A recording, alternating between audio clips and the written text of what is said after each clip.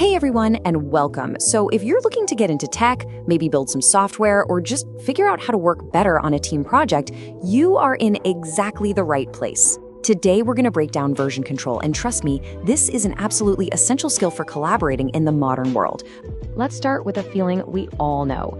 That gut punch when you realize a file is gone, or you accidentally saved over something important, or a tiny change you just made broke everything. It's just awful, right? All that effort, just poof. But what if I told you there's a way to make sure that never has to happen again? Well, that's exactly what version control is. You can just think of it as a time machine for your project. Honestly, the best analogy is that it's your load save game button. If you mess up or you go down a path that doesn't work out, you don't have to start the whole game over. Nope. You just load your last save and you're good to go. So why is this such a game changer? It really comes down to three things. 1, it saves you from losing your work.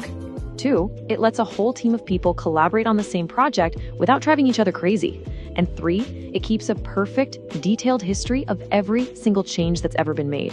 It's all about bringing order to the beautiful chaos of creating something new. Now, there are 2 main flavors of version control. You've got the older style, which is centralized. That's where one big server in the sky holds all the code. But the modern approach, and the one we're going to focus on, is called distributed.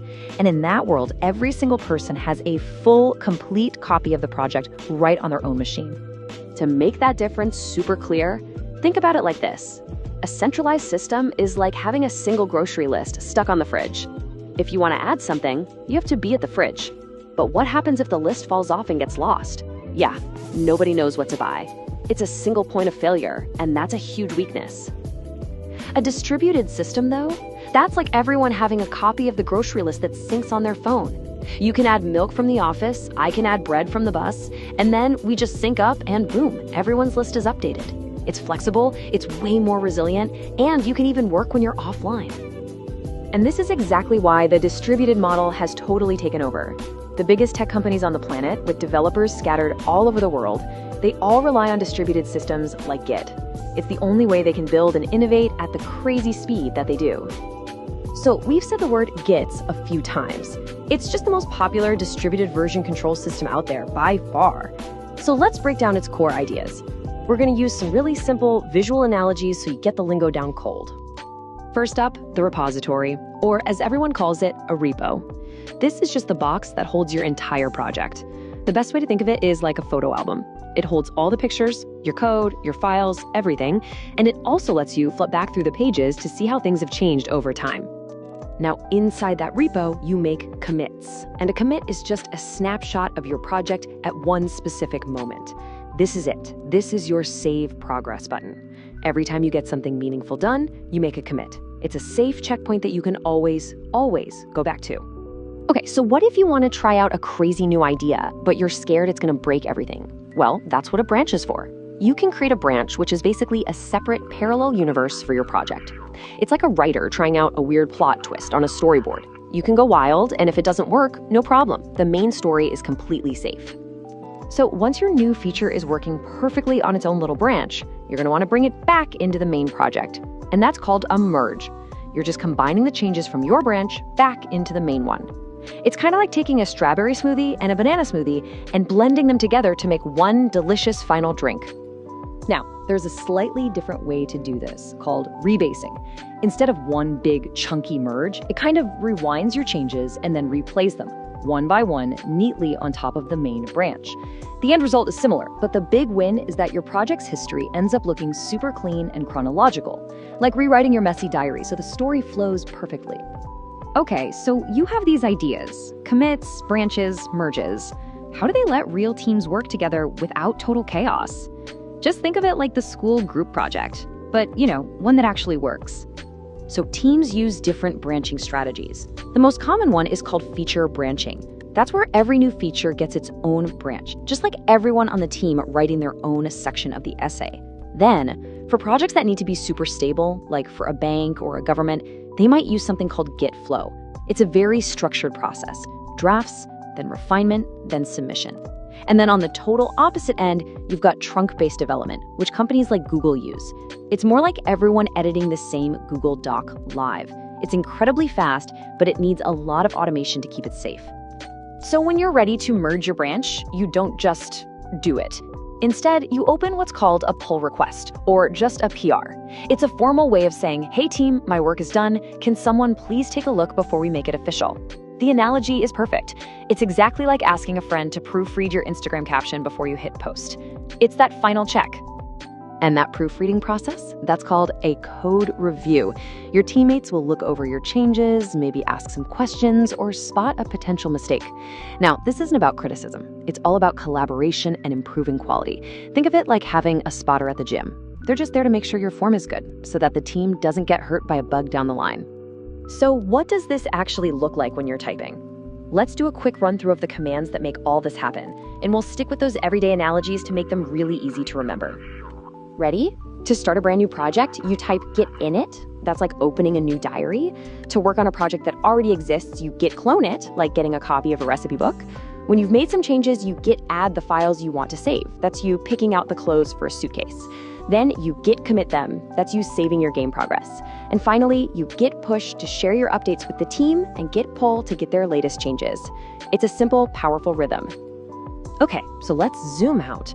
How do these simple commands and concepts power these huge professional companies? This is where Git becomes more than just a tool.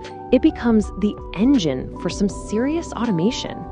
The pros connect Git to something called CI/CD. Now, don't worry about the full name. Just think of it as an automated assistant. When you push your code, this system automatically kicks in. It builds the code, it runs thousands of tests, and if everything passes, it can even deploy it live to users. It's like having a personal assistant who proofreads your essay, prints it out, and turns it in for you, all without you lifting a finger. Now, all this magic doesn't just happen on your laptop. It runs on these big cloud platforms that host your Git repositories.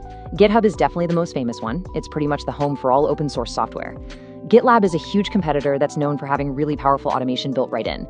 Bitbucket is awesome if your team already uses other tools like Jira for project management. And Azure Repos is the go-to choice for teams who are all in on the Microsoft and Azure ecosystem. And all of this leads to an even bigger, kind of mind-blowing idea called GitOps.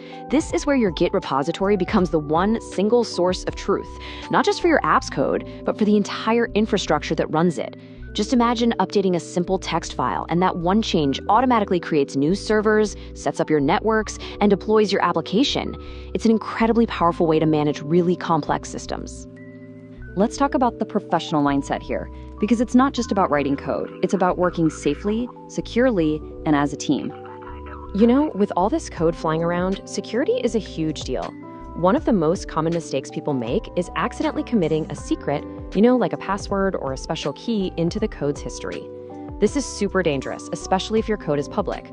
That's why platforms like GitHub have built-in secret scanning. It's like an automated alarm system that warns you if it thinks you've leaked something sensitive, which can save you from a really big headache. And you'll see that teams collaborate in a couple of different styles. There's the open source model, which is how projects like Linux are built. It's like a big community potluck. Anyone in the world can show up and contribute a dish. Then you have the enterprise model, which is used for products like Amazon Web Services. That's more like a private dinner party. Only the people on the approved guest list can make changes. Both are really effective, just for different situations. All right, companies also have to decide how they organize all their code. Some, like Google, use a monorepo. That's like having one gigantic closet for all of your clothes. Others, like Netflix, prefer multi-repos, where every little service has its own separate repo. So that's like having a different closet for shoes, another one for coats, and another one for shirts. Each way has its own pros and cons. Okay, so let's bring this all home. Why does any of this matter to you? Well, first, collaboration. It's how Microsoft gets thousands of developers to all work on Windows at the same time. Second, reliability. It gives you that instant undo button for mistakes. Third, automation. It's the engine behind the seamless app updates you get every day. Security. Using practices like scanning for passwords and protecting important branches to keep your code safe. And finally, auditability. A complete, unchangeable history of every single change, which is absolutely non-negotiable in places like finance and healthcare. So we've covered the whole map, from the basic concepts all the way to how the pros use these tools on a global scale. This whole system is designed to give you the confidence to experiment, to collaborate, and to build things without fear. So really, the only question left is, what amazing project are you going to build first?